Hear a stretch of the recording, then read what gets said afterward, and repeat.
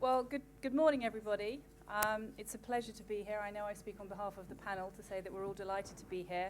And for our friends who've flown in, potentially from overseas, just like to say, obviously we've put on a very specific and special British welcome for you with our weather.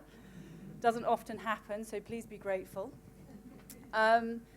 Obviously, we've heard from Parvati, we've heard from Deval, we've heard from JP, we've heard from Tarun today. Really inspiring stories, as well as the importance of working in the field of adolescent girls and empowering adolescent girls. And what I want to do today, obviously with Matthew, with Satyam, and with Ashok, is to dive down a little bit more into the NGO perspective of what the real issues are, what the challenges are, what the opportunities are, but also what type of philanthropy is needed in this space.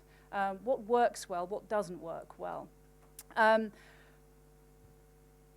Obviously, Matthew, as you know, is the founder of Magic Bus. What you possibly don't know as well is that Matthew actually also used to play international rugby for India, didn't you? Yeah. And I'd just like to point out there may be some spots coming up in the England rugby squad. So please do keep an eye on that. Satyam is the Chief Operating Officer of Going to School. And Ashok is the founding director of the Institute for Health Management. So we have a really nice, I think, cross-section of some of the issues from a thematic point of view, sort of sport and life skills and mentoring. We have education and we have health. So hopefully you'll get a really good appreciation as to some of the slightly more thematic areas associated with the empowerment of adolescent girls. I want to come to Matthew first, really, to explain to those of us gathered here your journey and your motivation and your rationale for founding the Magic Bus. I'm all good, thank you. First of all, I want to say that I also, before I went to India 20 years ago, I used to play for the second 15 at Wimbledon. So just to give you a perspective on my brilliance at rugby. I'd also like to make one clarification. When Dave, it was funny when he was speaking just now, because he was saying when he came to India, we both turned up pretty much the same sort of time, and he was really courting me to sort of leave my job. And I didn't know that he didn't have any money. He's a big talker. So, and that's really where my journey started. It was, I was sent over to India, and it was a time when the rupee just liberalized and Indians were able to spend more money. I went over to run a big travel group, and you land up in a place like Bombay, and there's 25 million people. About half roughly live in the slums and streets, and half live in nice apartment blocks, and it has obviously a huge impact on you visually. I'm just very, very succinct about this because there's a lot to talk about, but essentially started to try and understand how I could get involved, we could get involved as a company. Lots of conversations later. Found it very difficult to find sort of the areas where we could add value, or I could add value. But what I did find in that journey is a couple of things that really interested me. One was that actually in India there's quite a lot of services.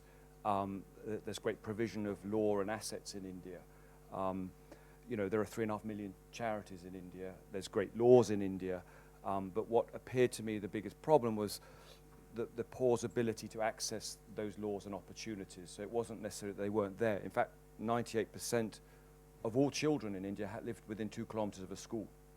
And it's illegal not to go to school. So you'd think that would be by itself something that would solve a lot of problems.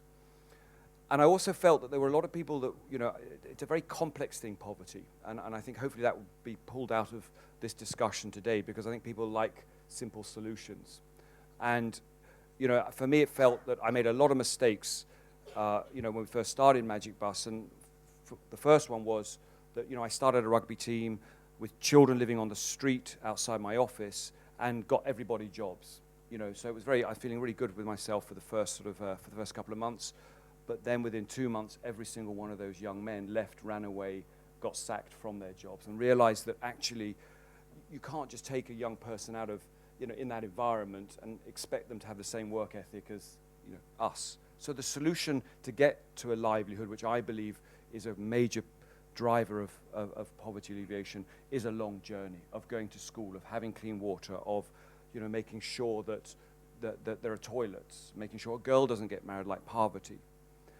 And so we started this organization, which is now a journey of the Magic Bus is a journey of 8 to 18. We are a behavioral change organization, so we use mentors. We have about 8,000 parvatis every week, delivering program to about 400,000 children. The idea is to hold a child's hand that lives in extreme poverty and focus on what we feel are the key drivers out of poverty, with the end always being a livelihood or further education. That has to be, for us, our biggest metric. And so we hold their hand, and along that way, we also understand, and again, I hope we talk about this more today, is that when we're dealing with issues like adolescent girls, when we're dealing with adolescent girls who are dealing with their issues, that it's very, very complex, and therefore Magic Bus or any organization in India cannot deal with this by itself. And I think there's a great resonance between Devil and Magic Bus, and Industrial Magic Bus, in that I think we understand that when we pitch to someone or we talk to someone about getting an adolescent girl in school, it could be, for us it's about behavior. We want girls to line up outside of school like Parvati. But it's also, if there aren't toilets, 47% of all schools in India don't have a girls' toilet. So if there's no girls' toilet, it makes my work totally ineffectual. If the teacher doesn't come to school, which is highly likely, and it's awful education, then you need also to work on education quality within the school. It could be health issues. 50% of Indian girls have anemia. So they're not going to go to school. They're not going to go to school if they have anemia. 50% of girls in India have anemia. That means 50% of India, next generation, will have smaller brains and be less equipped. They're not going to be as intelligent as the previous generation. And so all these have to be looked at, I think, holistically, and you need partners. And I think, it's the wisdom of, I think, the next generation of non-profits is to say, look, how do we work together to solve something, as big as poverty, but also if you dig down even to a singular issue like how do we work with adolescent girls, it has to be done through that mechanism. So that's really how we operate. It's sort of the soft stuff in terms of behavior, but then also making sure we bring in the ecosystem to a slum or community to solve that. That's really interesting. Thank you, Matthew. And obviously you mentioned the handing off and the partnership, and specifically into the educational environment as well. So it's a really good opportunity to bring in Satyam now. Satyam, explain a little bit more about your journey, but also going to school, how it works, and some of the key challenges that you face, at the coalface. To begin with, my journey in this sector started exactly a decade ago while doing an internship in Kashmir. Right after the earthquake, I decided to go to Kashmir and teach in a school because I was always interested in education. While teaching in a school, I was staying in a village and with a family of 3. And I think day one, the same evening when I went back to their house after finishing the work, they served dinner and they gave me a plate and they started looking at me and I was like, why are they not eating and where are the other utensils? So I was shocked and they said that, we only have one plate and we are serving you the food right now.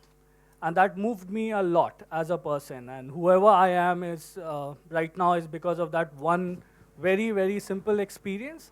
I was still in college, so I decided at that point of time that education is where I want to work. So I've spent last 1 decade working in the field of education.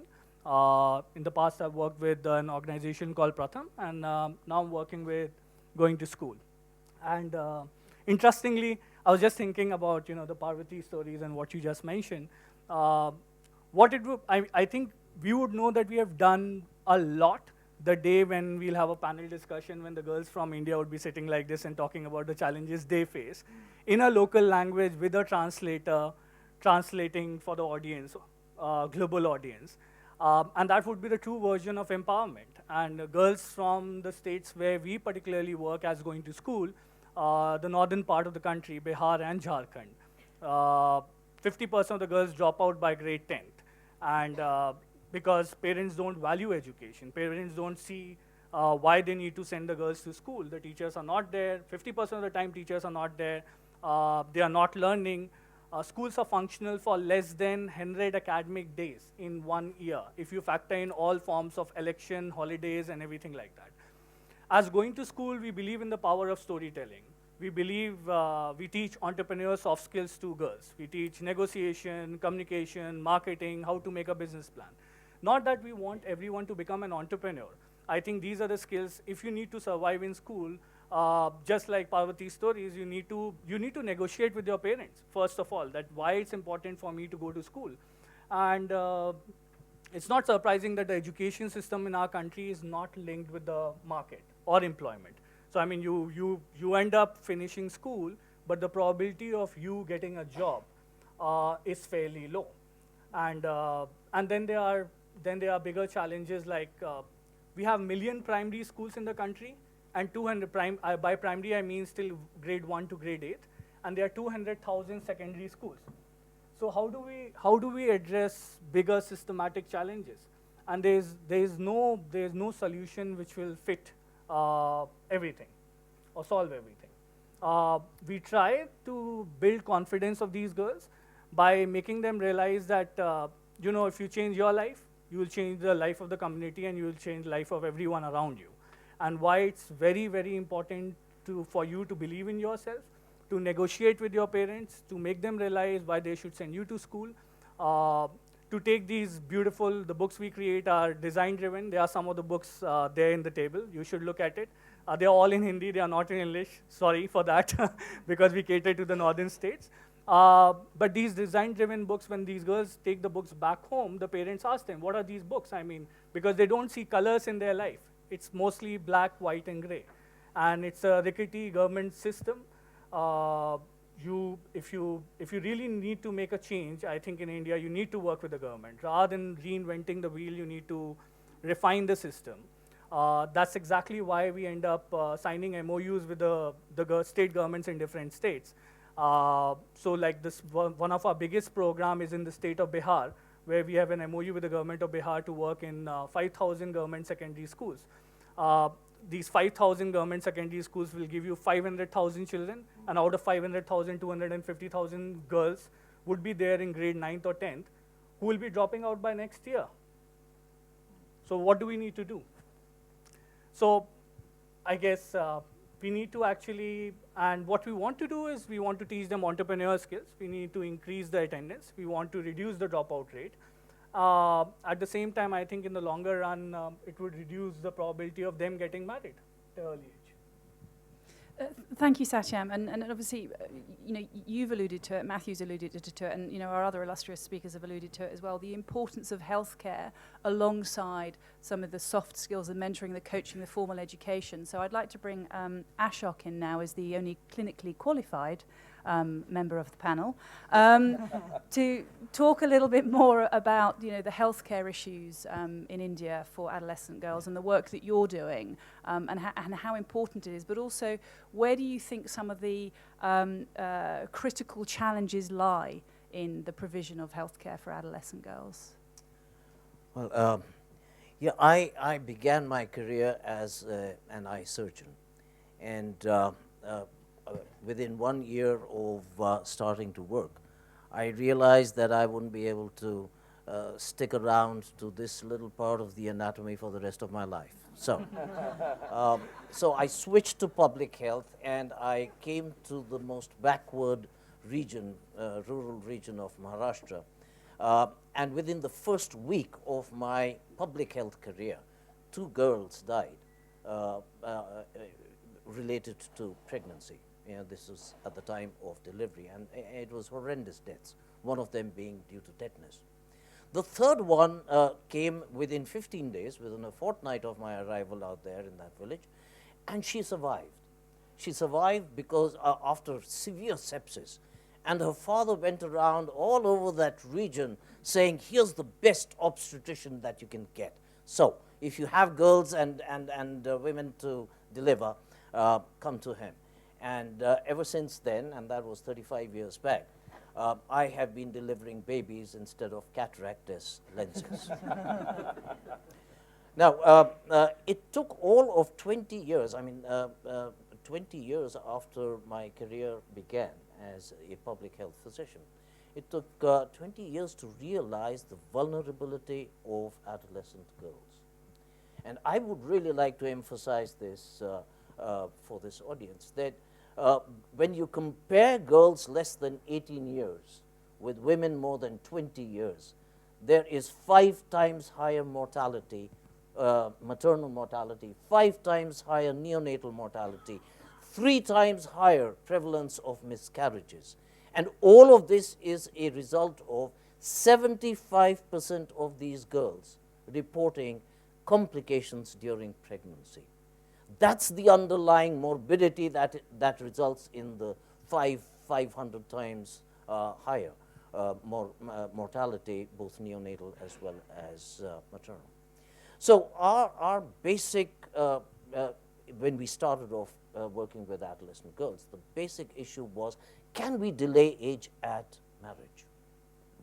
And so we started off with life skills education, empowering girls to negotiate with their parents, to continue with their education, and to delay age at marriage. Very soon we realized that despite all this effort, there'll be still 40 to 50% of the girls getting married before 18 years of age, and their vulnerability continues. They are the most vulnerable. And so within 3 or 4 years of starting with this initiative, we started working with married adolescent girls. So the first initiative was delay age at marriage. The second was delay age at first conception, address the 78% morbidity during pregnancy for adolescent girls. Very soon thereafter, we realized that for every 1 girl who gets married less than 18 years, there is a boy or a young man who gets married to her. And therefore, it's their behaviors and their attitudes that need to be changed as well.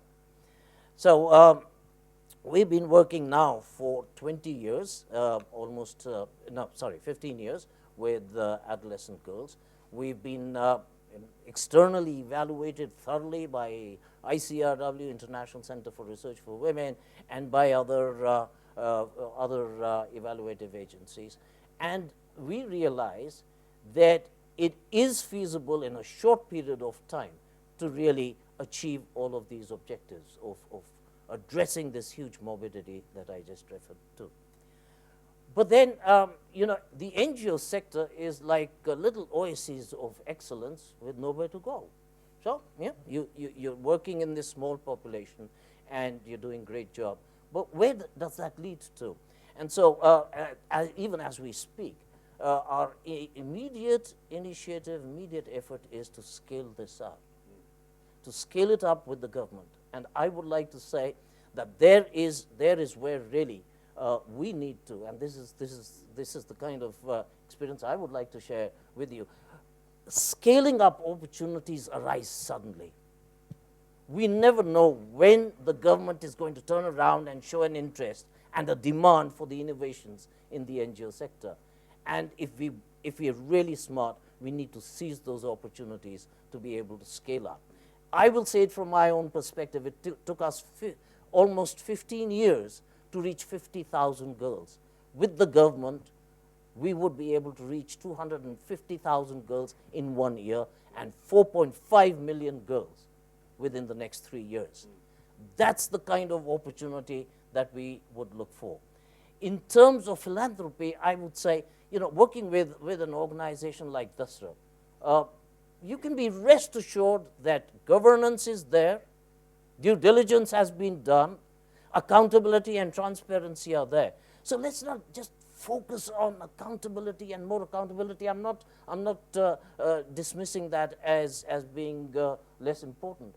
But let us not then eradicate the space for innovation, because that requires flexibility. We need to be looking out for innovations, the space for innovations, something to do differently, which will achieve much more in a much less amount of time. Thank you. No, thank you, Ashok. And it gets me thinking straight away, mentioning the government angle. Obviously, recently we found out that the UK will be ceasing aid to India by the end of this year, international aid to India at the end of this year. You've given us a very eloquent overview of the need for government. If you take state funding out and you take international development funding out, I'm going to ask this to Matthew. What's the role of philanthropy, whether it's corporate philanthropy, other trusts and sort of foundations, or private philanthropy? What's the role for philanthropy with adolescent girls in India? So I just want to say one thing, because I want to pick up on this excellent thread of scale and sustenance, because I think, you'll see the poster there, I think, which says 800, and you'll hear different figures of people living in poverty in India, and it's quite historic that that's where we are. I mean, it's never happened before in history. Depending on who you talk to, certainly from our side of the wall, it's getting worse, not better. You know, so huge proliferation of charities. You know, the government project this, you know, this image, and obviously being careful sitting on stage with a microphone, but you know, it's certainly not getting to the space we need it to be at. So we do need innovation. We do need to do things differently because we're losing the battle. And herein lies the opportunity, I think, with the kinds of people we have sitting here today as well, is that it is about, given that there is accountability, I think impact is, no one here, or certainly not in this panel, would even be sitting here if we didn't feel that impact was hygiene. Because I think you're not even going to have the second conversation if we didn't say X percentage of girls go to school or have access to a toilet. So it's what are the other things that need to happen? And this is where the government won't play a role. And this is where I think organizations like DASRA play a vital role. And the first is just basic information. You know, there's nothing out there. You know, I started this field as a funder, and there's just nowhere to go to find out actually what's happening, what the numbers, what's the policy. So I think that first point of research is absolutely vital. And you know, the second point and thread I'd like to pick up on, third thread is on this overnight, you know, flip to scale, which does happen. You know, and suddenly the government change a policy or they give you access, and our sector is wholly inequipped to deal with scale. And if you're not scalable, you're irrelevant in India right now, I think. And with that, and I'm assuming most of you who touch businesses or involved in businesses, you know what it takes to scale something. And it's no different for a charity. You know, so, and I'll be crude and say this is about building a brand. You know, often donors say to me, how can Magic Bus be sustainable? Help me build my brand, and I'll make people feel more secure about, you know, it's validation of who you are. I'll be able to raise my money in India. But that will cost a lot of money, as it would any commercial enterprise. Let me build my technology. You know, you want me to be efficient.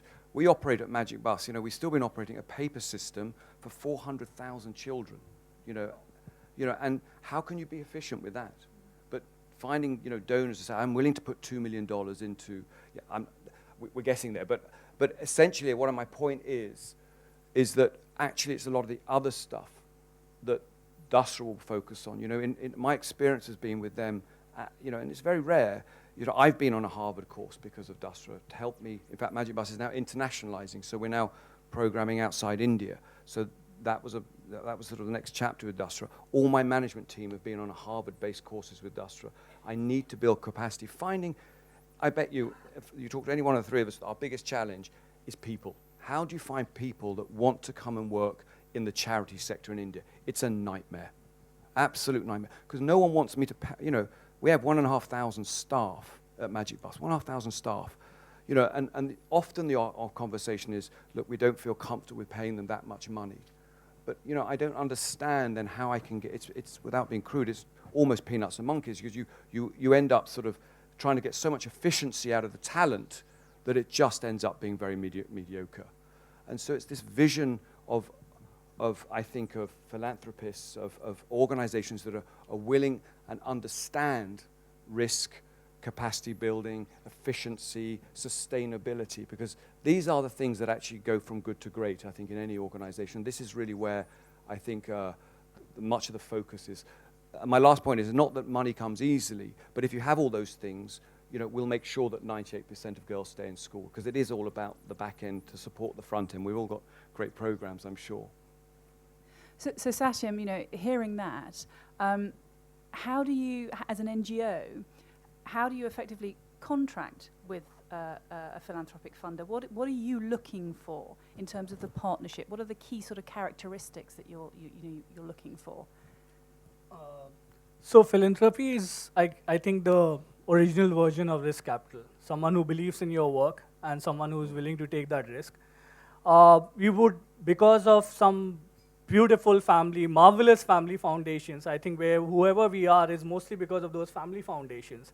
3 years ago, meeting a bureaucrat in Bihar, when we first went to Bihar to pitch our project, and we wanted to work in 100 schools as a pilot. So this principal secretary in Bihar said, if you want to come to Bihar and run a pilot, please pack your bags and go back home, because Bihar is a graveyard of pilots. It's one of the poorest states in the country. But if you have a program in place, the doors are open. Without any funding support at that point of time, because as Dr. Ashok was mentioning, the government would change overnight. You have the willingness of this great officer. You need to take that opportunity. You need to jump in. We said yes. We committed for 1,000 schools with an appetite for 100. So you can imagine what happens in like next 6 months. It's chaos.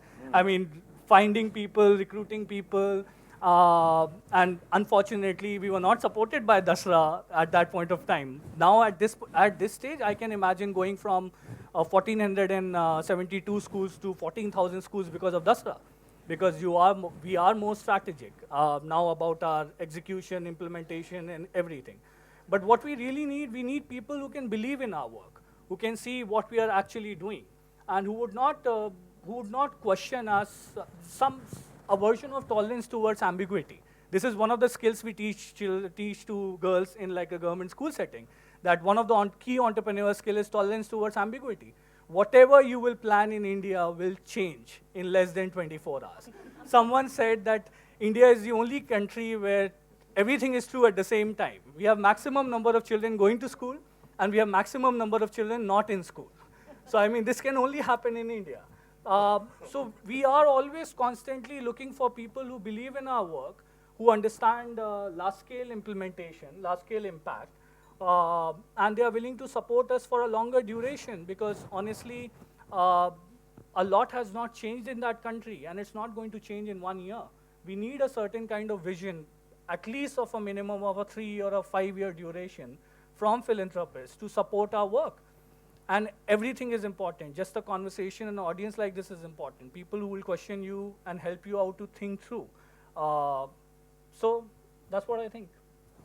Okay, I'd like to sort of just bring in the audience a little, if I may now. Does anybody have any questions? Oh, we have one, right, we have a couple. I think we need some runners with some mics.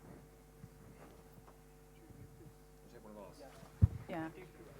Take 2 of ours, yeah. Yeah, take. We can share this one. Yeah. So if we take the question, there was a question right at the back first. Sorry, we'll take this question first. No, it's fine. Hello, my name is Mary Healy from the Human Dignity Foundation, and what I'm really interested in unlocking is the connection between the scalability and the role of philanthropy. So, you need the government for scale, but you also need other. So what's the interconnection between those two, and where can philanthropy help that scaling with government? So it's not an either or, it's both, and how does that really work catalytically? Okay, let's take the questions one at a time, I think. Ashok, would you like to answer? Yeah, to be able to answer your question, I think it's necessary to ask, what are we scaling up? And it's clearly the innovations that have been tested. There is evidence of their efficacy, that they work, and they produce results and impact. That said, when we want to scale up, it's principally capacity building in the government sector or in other NGO networks to be able to implement that innovation, and effectively. So it's basically, as far as I'm concerned, it's basically philanthropists' support for capacity building. It's not for implementation. That's over. That's been demonstrated. It's for capacity building on a much larger scale for a much larger canvas. Yes, so when we started, I think as a philanthropist, I think you've heard all three of us say the same thing, that if you're not looking at systemic change, with 800 million children, people living, there's nothing any non-profit could do by itself. So the end game has to be talking to the government. So I think that in many ways defines who you talk to. We went at an earlier stage with much fewer children I think we were working in Andhra Pradesh then, and we had, I think, 4,000 or 5,000 children. The government turned around to us and said, this is ridiculous, we have 30 million children in our state. How are you going to have that proof of concept?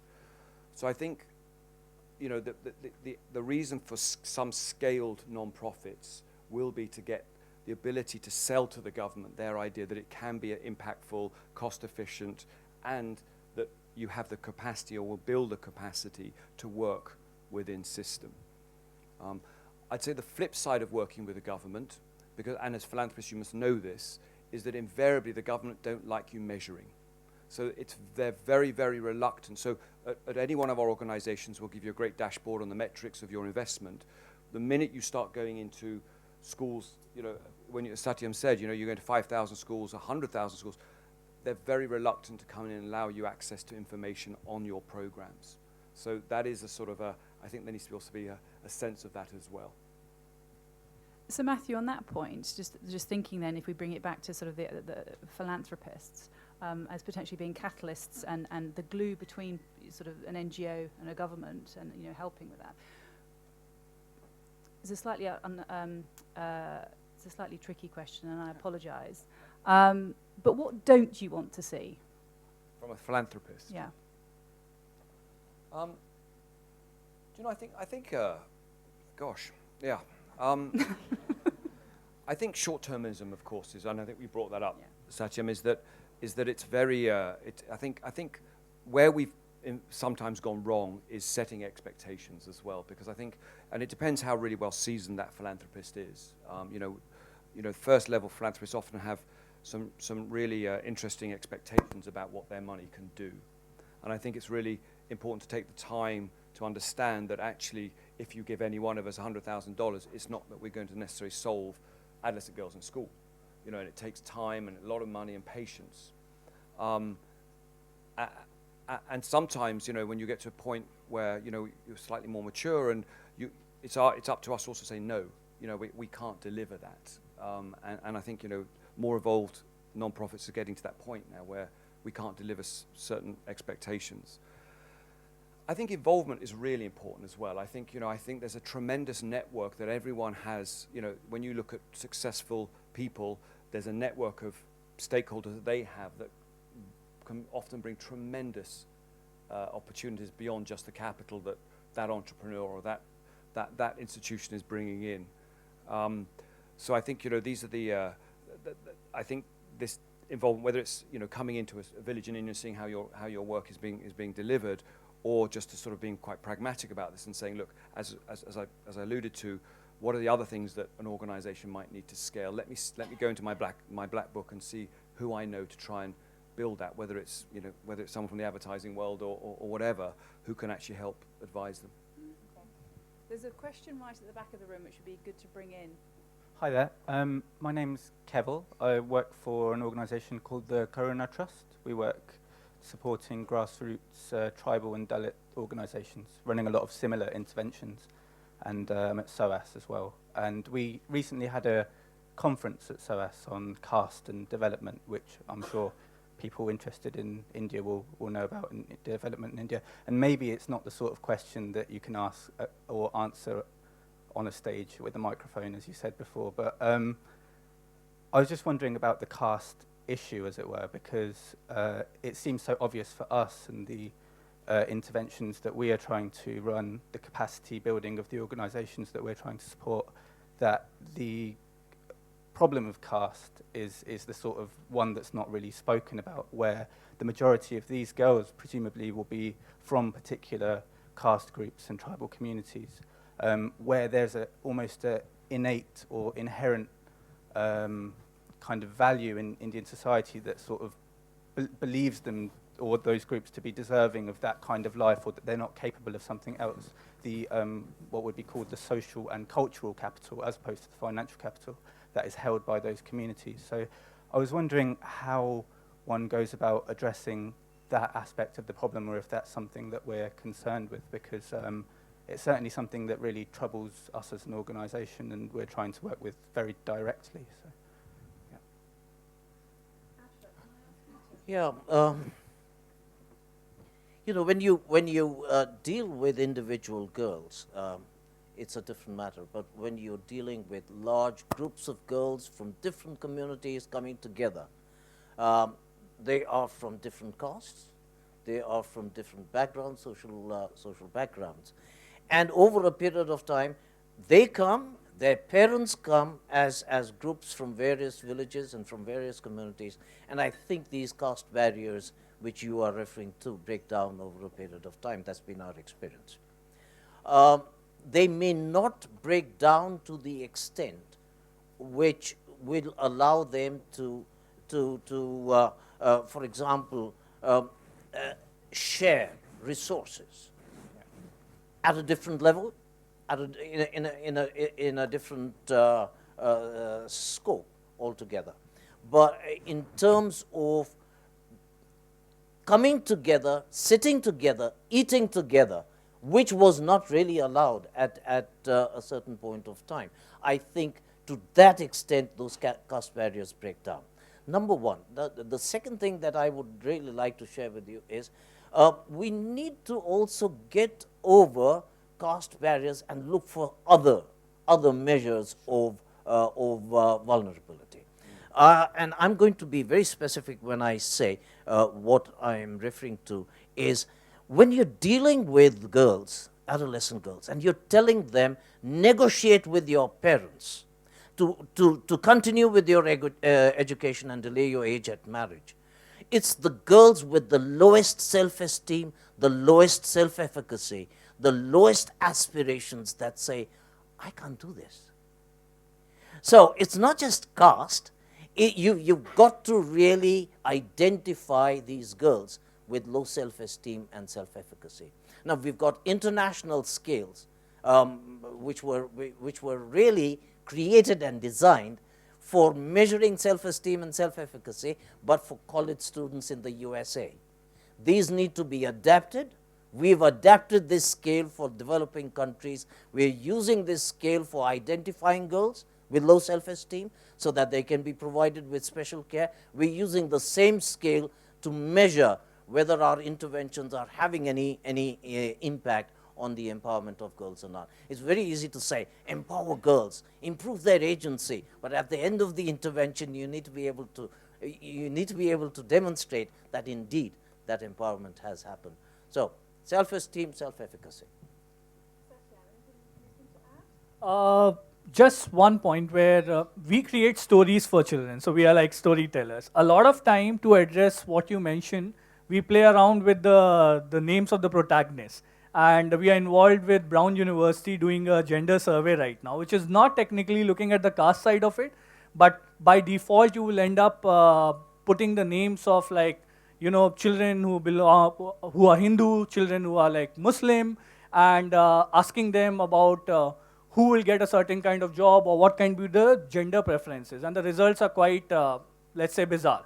So I absolutely understand what you are talking about because most of the time, I think inherently there is something which you will not, it's conditioning, I would say, that you will offer certain things and certain scenarios without even realizing it. And it's very prominent in the state where we work, at least in Bihar. And we try to actually create stories keeping that in mind. But we don't directly address it because that's a very sensitive issue.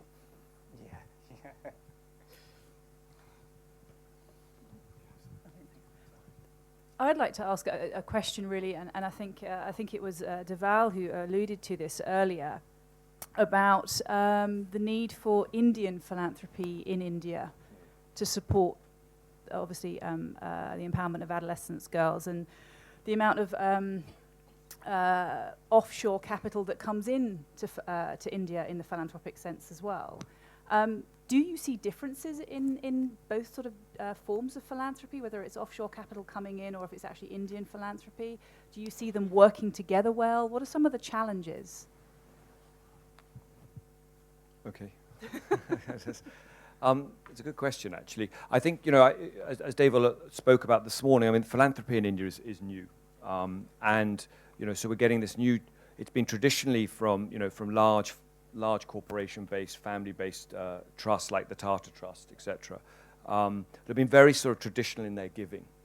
And what we're seeing now in India, I mean, pushed a lot by, I'm sure you all know, this 2% corporate social responsibility. It's absolutely changed the game for us in India, in that now that corporations that own over a certain income have to give 2% of their net profit to the sector at the end of the year.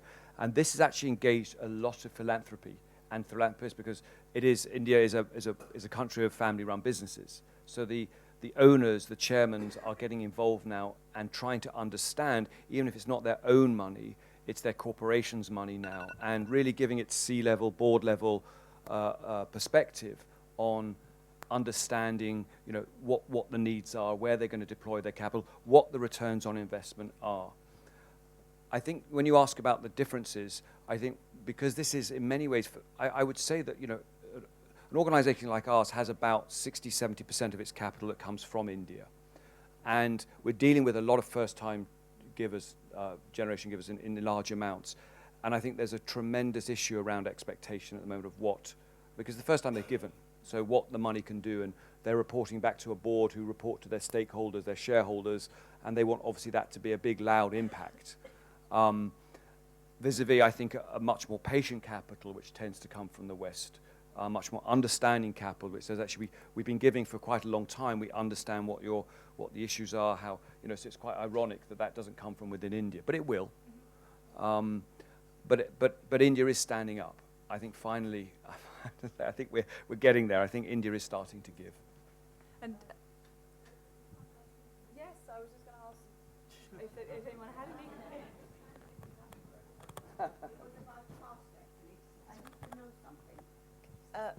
Does the Karuna Trust work in England as well, or is it only in India? Because we are having quite a problem here about sorting out this whole issue.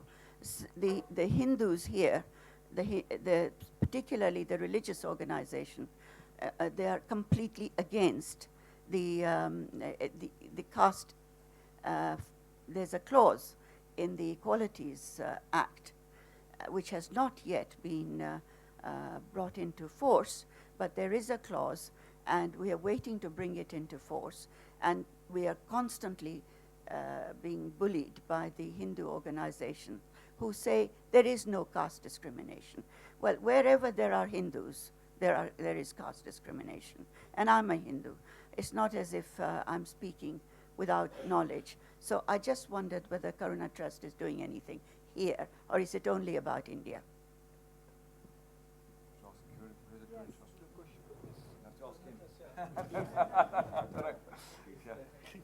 Yeah, you can tell me later. But Yes, he's just said he'll talk. Yeah, yeah. There's a question that's just behind, and then there's another question down here at the front. Hi, Alicia Miranda. I'm with IG Advisors. I think you all spoke very well about how interconnected a lot of the issues are that adolescent girls are facing, and yet we still see so many single or 2-3 issue programs kind of going on. I was wondering if you had any specific examples of collaborations that you've seen kind of looking at the whole girl and taking it from multiple angles, addressing multiple issues in partnership with other NGOs that have been really fantastic that you could highlight for us. So first of all, I think this is actually probably something I should have said about philanthropy. Sorry, I missed this. Is that I think, given that we've just said that it's probably a more mature market here, I think that one of the things that has to happen, probably not just in India but across the geographies, is that philanthropists and funders need to start insisting on collaboration. And I think this is where there could be a very big step change in the way that we operate and therefore solve the problem. Magic Bus is one of the largest NGOs in India, and I'm saying that we can't solve this. We could solve nothing by ourselves. And I think the appetite to collaborate is not there. I think it's a very different, you're dealing with lots of egocentrical people like myself who think we've got the best thing. The frameworks for collaboration aren't there. We're all competing for, that dollar, that member of staff, that whatever. So I think the point of collaboration and driving it as philanthropists is really important. I can tell you, I've been doing this 20 years. You can't solve anything by yourself. We actually mandate now at Magic Bus, the mandate for next year's funding of our organizations that 50% of our programming will only be done in collaboration with other organizations. So I'm actually driving that as a theme. You're probably best asking Dave. Dave has probably been at the center of this in terms of he might just want to stand up and and you know, he's been at a pivotal point in trying to match organizations that could solve the same thing. I think even in the Girls Alliance, you're doing that within that. And I would just take the mic if I were you, Daval, and answer this question. No, I mean, yeah, because you have, you know, this is what you do. I couldn't agree more with Matthew, and I think, I mean, for example, when we brought a group of organizations that were dealing on ending child marriage together for the first time that they've interacted with each other in Mumbai, and about 20 of them that came together, and after a week of interaction, and I think as Matthew was saying, you can't also just have a 1-hour meeting and assume things are going to happen. You actually have to bring everyone together, in essence, lock the door, and have them together for at least 5 days for them to realize that they actually started at the same place and they have the same vision and the goals. Clearly they've gravitated to different interventions, but all of those interventions are required to actually make a difference. And so the need of philanthropy to sort of encourage and fund some of these things, which again may not be direct services to the beneficiaries that you want to serve, I think is critical. And we're seeing now corporates actually taking a lead in trying to bring some of their partners together to form these synergies. So I think it's definitely needs to happen more, but it's something that is being discussed more and more today. There's a question over here, and can I just take this one first, because I think this gentleman's been waiting for a wee while. I will pass you that way. Just as a comment on that last one, I think the UK charitable sector has exactly the same issue of not enough collaboration. But as an aside, I would love to get a sense. You've all talked about the need for government intervention, and I think there's a lot of hope with the current government in India that there's going to be change, quite what that change means. But I'd love to hear what exactly you need. I can see the need for cash from the government and government funding of a number of the projects that you're all pursuing. But what more can the government do? Because it seems to me that there's quite a lot of change needed in how the schools are run in India. You talked of some of the challenges that the teacher might not come along to school one day. And the like. What process is there to get that change, and what hopes do you have and what signs do you see of change coming from the government sector, aside from maybe some co-funding or some funding of projects? Let's Ashok raise the government to start with. I can build on it. So, the government comes up with, we have a certain problem, which I'm going to preface before I answer your question. Policies are formulated at the federal level by the central government. They're implemented because this is all of this, health, education, social welfare, being a state subject, it is implemented by different states. And there lies the gap. The gap is between policy formulation and policy implementation. So your question was, how can this government take this whole thing forward? One, by actually assimilating, by incorporating some of the innovations which are there, they're efficacious, they're evidence that they've had impact, of incorporating these in policy formulation. But that does happen to a certain extent. It can improve. We can take that process forward. But what does that end up with? Nice, brilliant documents, policy statements, statements of intent as policy documents.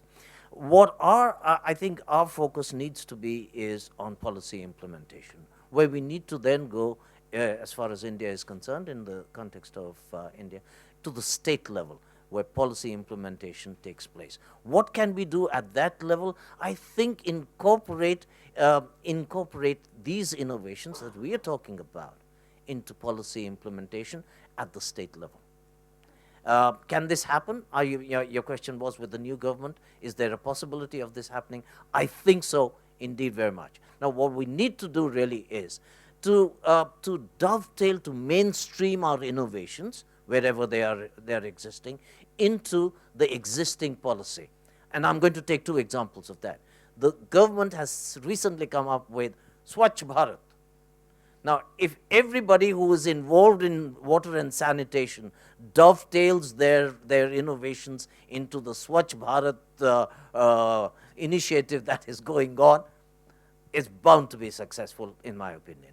The second initiative is Beti Bachao, Beti Padhao. Now, that really was for sex determination, for reducing female infanticide, for reducing discrimination against girl child, and for improving their educational status.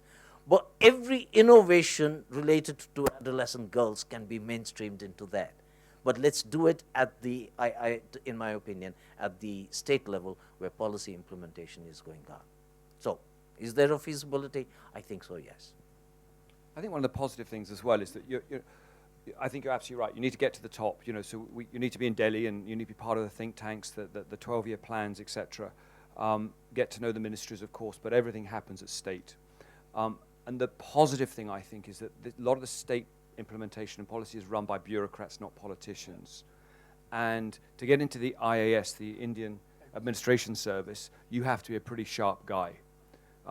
It's old school Thai system is probably better than any in the world, I think. But these guys, and there are very, very good IS officers, and there is a pragmatism around them that they know that there is corruption, inefficiency, things don't get done, and you just have to change your game a bit, really, when you deal with them.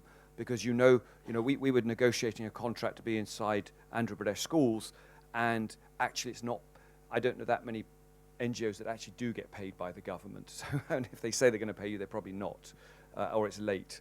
So that's not the issue. You lose your IP because they say we don't, if Magic Bus or any one of your organizations come into our school, it's going to be done under our brand, not your brand. So you have to have that very, that goes to the board, and you have pragmatic discussions about, do we do this, don't we do this? So I think, I think the success or failure of dealing with dealing with state government, really relies on your ability to navigate through some of these really difficult organizational issues, actually, that have much bigger impact on perhaps what you're trying to do. I don't know, maybe you had different experiences working with the government, but we certainly have really had difficulty in financial arrangements with them. So, we've had some success, yes, we've had some success, we have. Thank you. Very quickly, I would add that one thing with the government is that you really need to have a long-term vision. I clearly remember meeting the bureaucrats in year one. They would make me wait outside their office for minimum 3 hours every month, like systematically.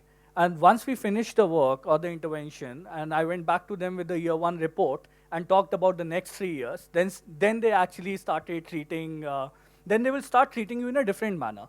Second point is that we really need to do capacity building of the bureaucrats. A lot of time you will have bureaucrats working in the education department who will have no idea about education. I mean, they will be probably transferred from energy as a vertical, and their background is not in education. They are generally overworked.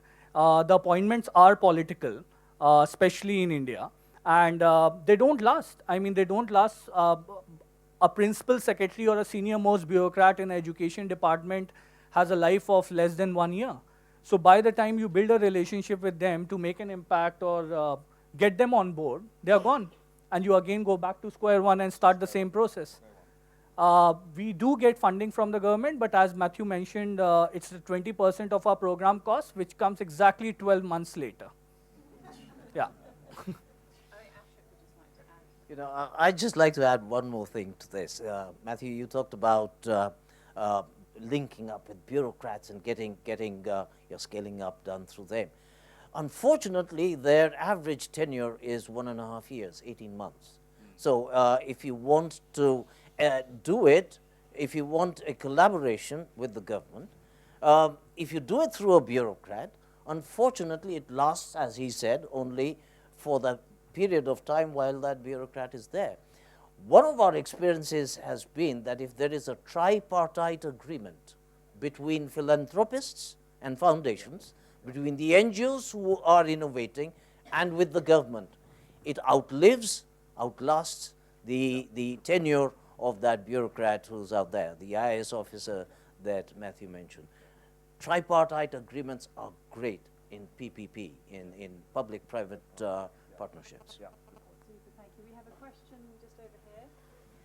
We've been hearing a lot about scaling and the role of philanthropy in scaling, making sure you have proof of concept.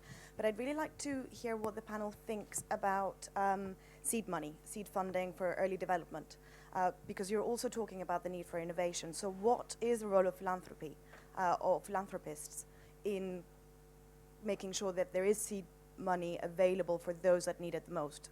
That's normally the organizations that struggle to get funding and reach the people they need to reach to actually be able to test the concept. Well, I was saying, Matthew is founder of an organisation. You're probably well placed to talk about this. Yes, I think it's almost identical to how you'd make a non-profit investment. To be honest with you, I mean, I don't think there'd be any necessarily different sets of rules. I mean, I think you'd look at the management team and who's proposing that innovation and seeing whether there's robustness within that team, whether you trust that person, whether I think that human capital side is probably the most important thing, and then you drill down into the idea itself and see whether that has legs. I think it's an absolutely underinvested piece of the development sector. I think everyone feels safe with one of the big brands, and as I've said, factually that's not working. So something has to shift and be different, and therefore that needs innovation. And so I can say, having lived in India for 20 years, every week you hear of a new brilliant idea that someone's trying to get off the ground. And so I think there's a huge space for it. There are forums for it as well. I mean, there's lots of social, there are different types of capital, of course, as well. So you can have philanthropy, but this huge piece around the equity side as well in terms of social enterprise. It's a booming business now in India, as well as loan, as debt. There's lots of instruments out there and organizations that look at debt. So I think it's, so my short answer is, look at the same metrics as you would for any, or the same criteria as you would for any for-profit investment. And there's absolutely a need for it, and I think it's I think the philanthropists model probably works extremely well in this. As I said, having been a recipient of that, or not, Dave, because you had no money.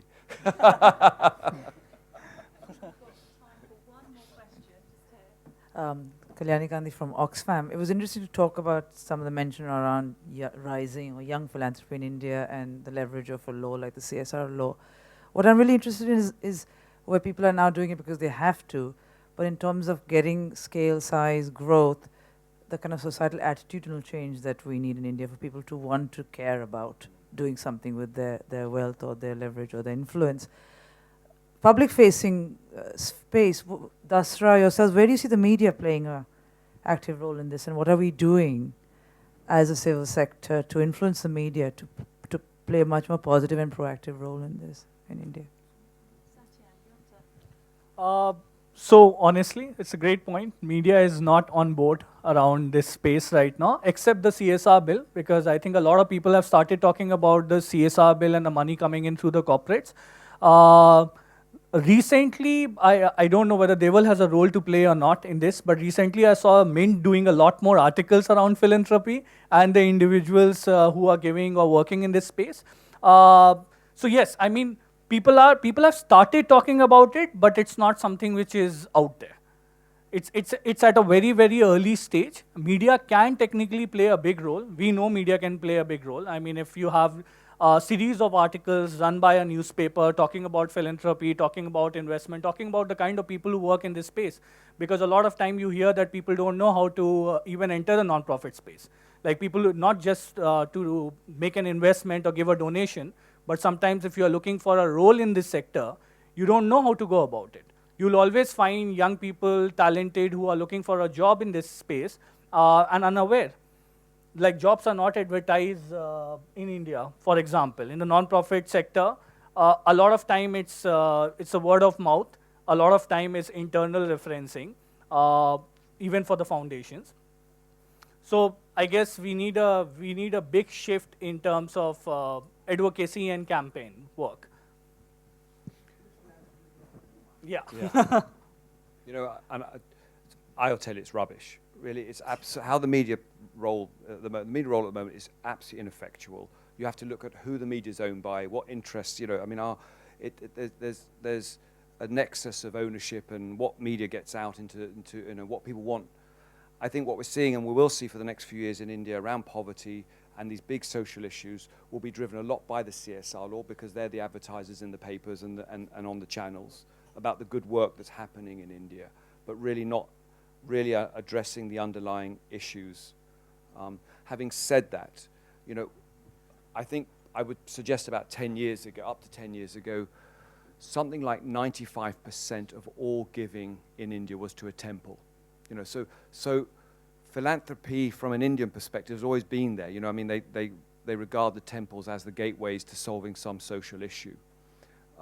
You're hearing figures now where that's suggesting that that's now going down to as low as 80%, and that there is a sea change of people actually now taking more responsibility.